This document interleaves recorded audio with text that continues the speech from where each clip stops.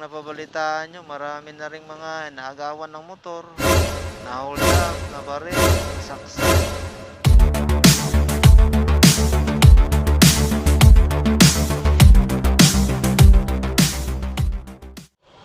Alright bro, good morning! And welcome again sa ating YouTube channel para sa ating next episode dito sa GrabFood. At tayo magde-deliver dito sa bandang Commonwealth sa Commission on Audit Building. Nasa 3 kilometers din mula dito. Tatawid tayo ng Commonwealth. Sana lang hindi matraffic dito sa may Commonwealth. Dito pa lang matraffic. Alright. Ayan na, ayan na. No. Okay, today is July 28, 2022. Araw ng Huwebes.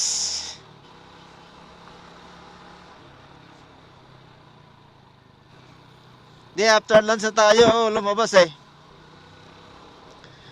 dahil may ginawa tayo kayo ng umaga. Isang panibagong content. Nagre-research ako ng iko-content natin sa No Contact Apprehension Program. Kailangan natin i-research para maging maayos ang ating pag-inform sa ating mga riders, ating mga drivers. Ito lang yung kagandahan pag self-employed ka, tulad dito, Grab rider, Grab delivery food rider ka. Wala kang oras para pumasok o bumiyahe kasi hawak mo naman yung motor mo, yung apps nandyan lang naman, i-on mo lang yan, pwede ka nang bumiyahe anytime kasi yung Grab 24 hours naman yan open, at yung umu-order naman 24 hours din.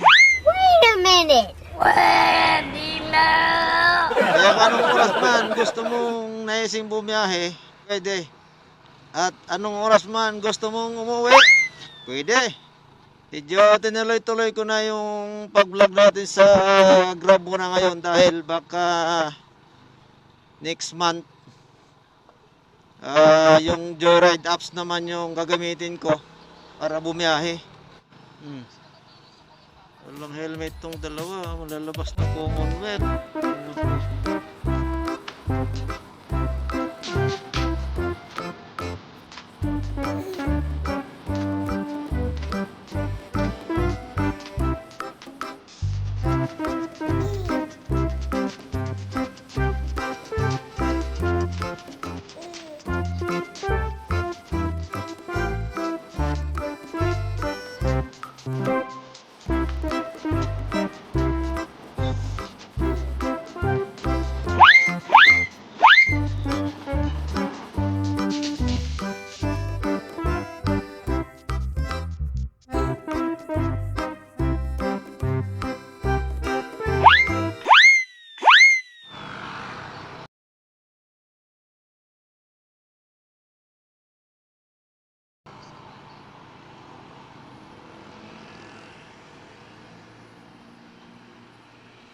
Signal na nga ayaw pang magbigay.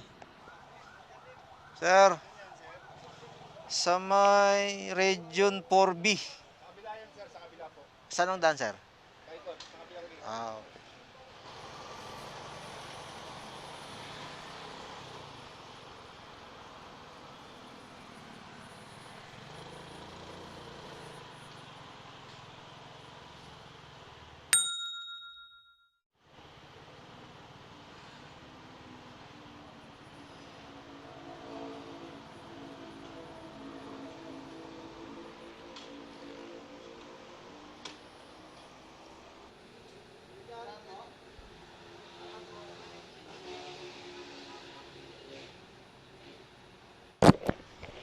Alright. Binabad ko pa yung helmet ko. Pwede naman pala. Akala ko papasok pa ako sa loob.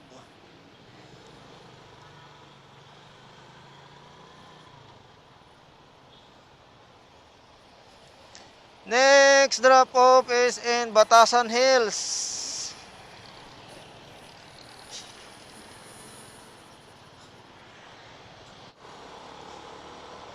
Yan, andito tayo sa Commonwealth Latex.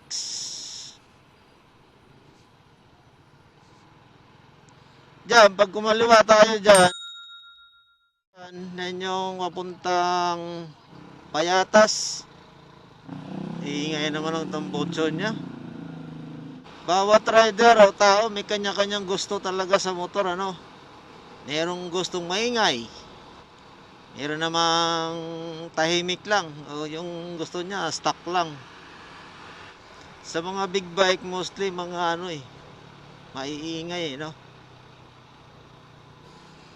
House of Representative. Yan. Yan dito sa kanan natin.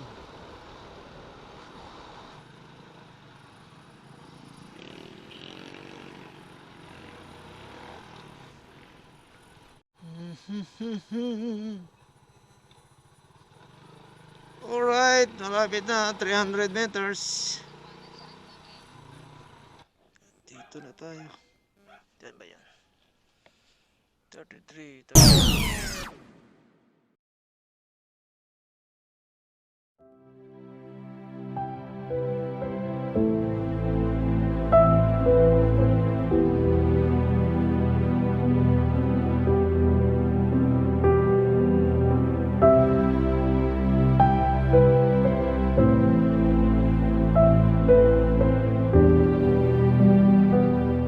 Bukas meron na ako eh.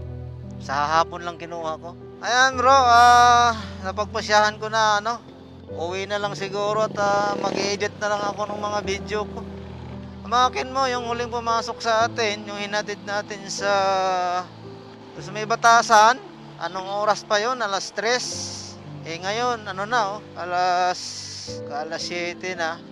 Di man lang tayo pinasukan. Tapos, nagbabadya pa yung samang panahon. Tayaan na lang tayo ng loto.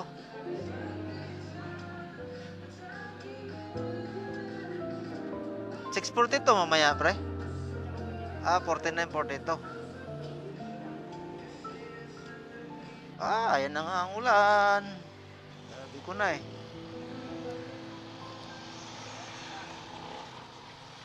Alas 3 hanggang alas 7 wala. Kauwi na lang tayo at edit ko na lang yung mga dapat i-edit. Total, ito, umuulan na rin lang. Di kasi tayo nakakuha ng booking planner eh. Yan ang mahirap pag walang planner. Priority nila yung nakakuha ng booking planner. Bali bukas meron na tayo. Doon sa mga hindi nakarelate, doon sa mga tinatawag naming mga planner, yan yung sistema na ginagawa ni Grab. Baga shifting, unang shift dyan is 10 to 1 p.m. Second shift nyan is 5 to 8 p.m. Ibig sabihin, doon sa shift na yon dapat nakaschedule ka na, dapat naka-on ka. Dahil may dahil may 200 yan na binibigay pag ikay nakakuha ng shift. Ang ginagawa lang naman ni Grab, parang pinupunuan lang niya yung, halimbawa, yung sa 10 to 1, kinita mo lang is 150. Yan, pupunuan niya ni Grab, bibigyan ka ng 50 pesos. Parang ganun lang. At meron siyang mga area na designated area kung saan ka lang pwedeng pasukan ng booking. Quezon City, gano'n. Pwedeng Quezon City lang pwedeng pasukan ng booking. Yan na, malakas na nga ang ulan. Ay, nakastop pa dito sa ginagawang kalsada. Kaya nagiging priority yung may mga booking planner. Kasi, siyempre, pag hindi nga naman nabigyan yan ni Grab ng booking, sila mag-aabono. Kaya ang nangyayari, bigyan nila ng booking para mabuo nila yung 200. Wala na silang aabonuhan kung kumita yung rider ng 200 pesos sa loob ng shift na nakuha nila.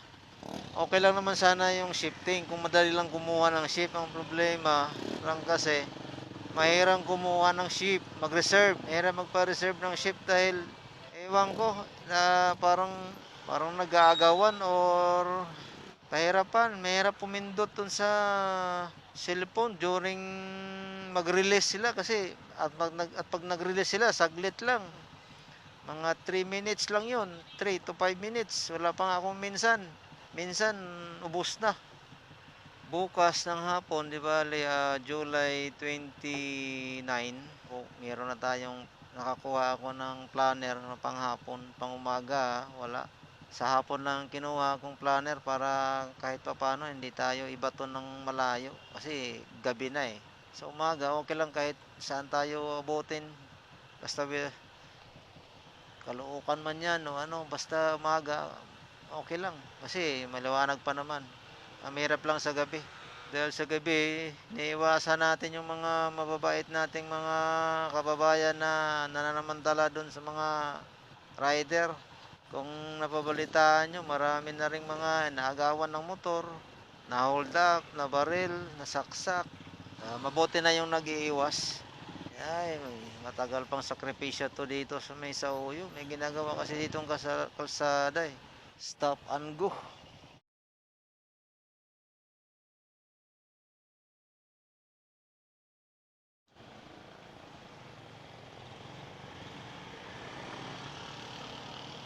Yun.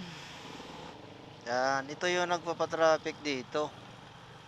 Sabagay, tama lang naman yan dahil lagi nagbabaha dito eh. Para maayos na rin yung mga kanal dyan. Kaya yun, sakripisyo talaga para sa mga dumadaan dito. Siguro dito ko na lang muna tatapusin yung vlog natin ngayong araw. At yun, hindi tayo masyado sinuwerte sa biyahe ngayon. Dahil nakadalawang booking lang tayo, yung batch order. Ganun talaga. At baka hindi ka pa nakapag-subscribe, paki-subscribe na lang. Ayan, salamat. Hanggang sa muli. Bye-bye.